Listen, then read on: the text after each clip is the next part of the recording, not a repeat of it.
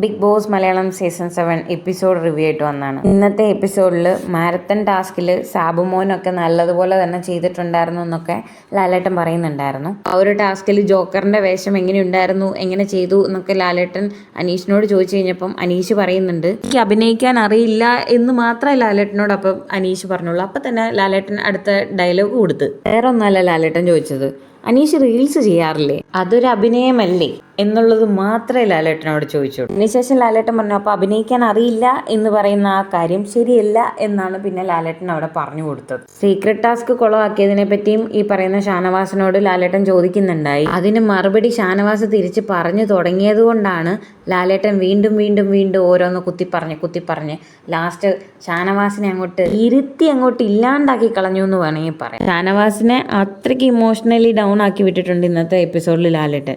സത്യത്തിൽ ലാലേട്ടൻ ഓരോ കാര്യങ്ങൾ പറഞ്ഞു കൊടുക്കുമ്പോൾ അത് അങ്ങനെയല്ല ലാലേട്ട, ഇങ്ങനെയല്ല ലാലേട്ട എന്ന് പറഞ്ഞ് വീണ്ടും വീണ്ടും ലാലേട്ടനെ പഠിപ്പിക്കാൻ പോയത് കൊണ്ടാണ് ലാലേട്ടൻ്റെ കയ്യിൽ നിന്ന് ചോദിച്ച് വാങ്ങി എന്നൊക്കെ വേണമെങ്കിൽ പറയാം. ആ ഒരു അവസ്ഥയിലേക്ക് എത്താൻ കാരണം തന്നെ ഇങ്ങനെ ലാലേട്ടനെ പഠിപ്പിക്കാൻ പോയത് കൊണ്ടാണ്. എന്തായാലും ലാലേട്ടൻ ഇത്രയൊക്കെ പറഞ്ഞതുകൊണ്ട് അതിൽ എന്തെങ്കിലുമൊക്കെ കഴമ്പുണ്ട് എന്ന് കണ്ടുകൊണ്ട് അത് മാറ്റി പിടിച്ചാൽ ഷാനവാസിനും കൊള്ളാം. അതിനുശേഷം എവിക്ഷനിലേക്ക് ആരൊക്കെയാണ് വന്നിരിക്കുന്നത് എന്നും പറഞ്ഞുകൊണ്ട് അവരെ ഏൽപ്പിച്ച് നിർത്തുന്നു. അതിനുശേഷം ലാലേട്ടൻ അനീഷിനോട് ചോദിക്കുന്നുണ്ട്, ഇവരിൽ ആര് സേവ് ആകണമെന്നാണ് അനീഷ് വിചാരിക്കുന്നത് എന്നുള്ളത്. അവിടെ അനീഷ് നന്മമരം കളിച്ചതാണോ അതോ ഉള്ളിൽ നിന്ന് വന്നതാണോ എന്നറിയത്തില്ല. ഷാനവാസിനെ സേവ് ആക്കാം ലാലേട്ട എന്ന് പറയുന്നു. അപ്പം തന്നെ ലാലേട്ടൻ ചോദിക്കുന്നുണ്ട്, നിങ്ങളും കൂടി ചേർന്നല്ലേ ഷാനവാസിനെ നോമിനേഷനിലേക്ക് വിട്ടത്, പിന്നെന്താണ് സേവ് ആക്കുന്നത് എന്ന് ലാലേട്ടൻ ചോദിച്ചപ്പോൾ അപ്പം തന്നെ അനീഷ് പറയുന്നുണ്ട്, ആൾക്ക് നല്ലൊരു ഫ്യൂച്ചറുണ്ട്, തമിഴ് മൂവിയിൽ വില്ലൻ ആകണമെന്ന ആഗ്രഹമൊക്കെ ആൾക്കുണ്ട്, അതുകൊണ്ടൊക്കെ ഷാനവാസ് സേവ് ആകണം എന്നൊക്കെ ലാലേട്ടനോട് പറയുന്നുണ്ട്.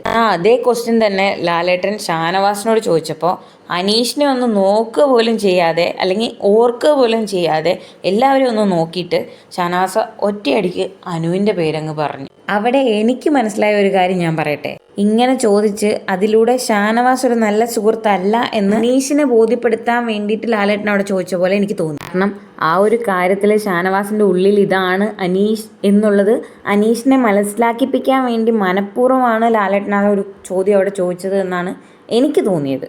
എത്രയൊക്കെ ഫ്രണ്ട്സ് എന്ന് പറഞ്ഞാലും അനീഷ് ഒരിക്കലും ഷാനവാസിൻ്റെ കുറ്റങ്ങൾ മറ്റൊരാളോട് ചെന്ന് പറഞ്ഞു കൊടുത്തിട്ടില്ല. എന്നാൽ ഷാനവാസ് അങ്ങനെയല്ല, മിക്കവരുടെ അടുത്തും ഈ പറയുന്ന അനീഷിനെ പറ്റി പറയുന്നുണ്ട്.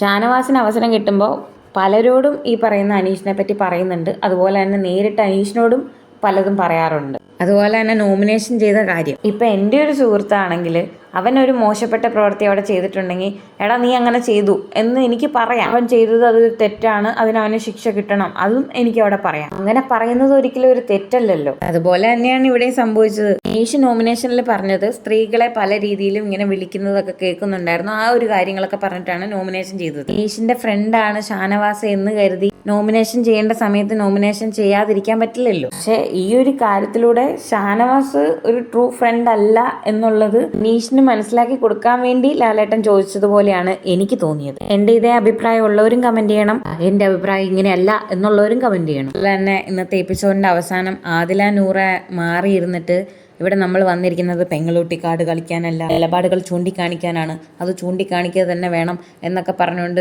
വലിയൊരു കാര്യമൊക്കെ അവർക്കിടയിൽ സംസാരിക്കുന്നുണ്ടായി. ഞാൻ പെങ്ങളൂട്ടി പാസമൊക്കെ മാറ്റിവെക്കും എന്നുള്ള തരത്തിലൊക്കെ നൂറയോട് പറയുന്നുണ്ടായിരുന്നു. അതിനർത്ഥം ഇനി മുതൽ ഷാനവാസും അതുപോലെ തന്നെ നൂറ ആദില പെങ്ങളൂട്ടിക്കാടിൻ്റെ ഇടയിൽ ഒരു വഴക്കുണ്ടാവാൻ ചാൻസ് ഉണ്ട് എന്നുള്ളതാണോ എന്നറിയത്തില്ല. അതോ അവരിനി പെങ്ങളൂട്ടിക്കാട് മാറ്റി വേറെ എന്തെങ്കിലും കാർഡ് ഇറക്കുമോ എന്നും അറിയത്തില്ല.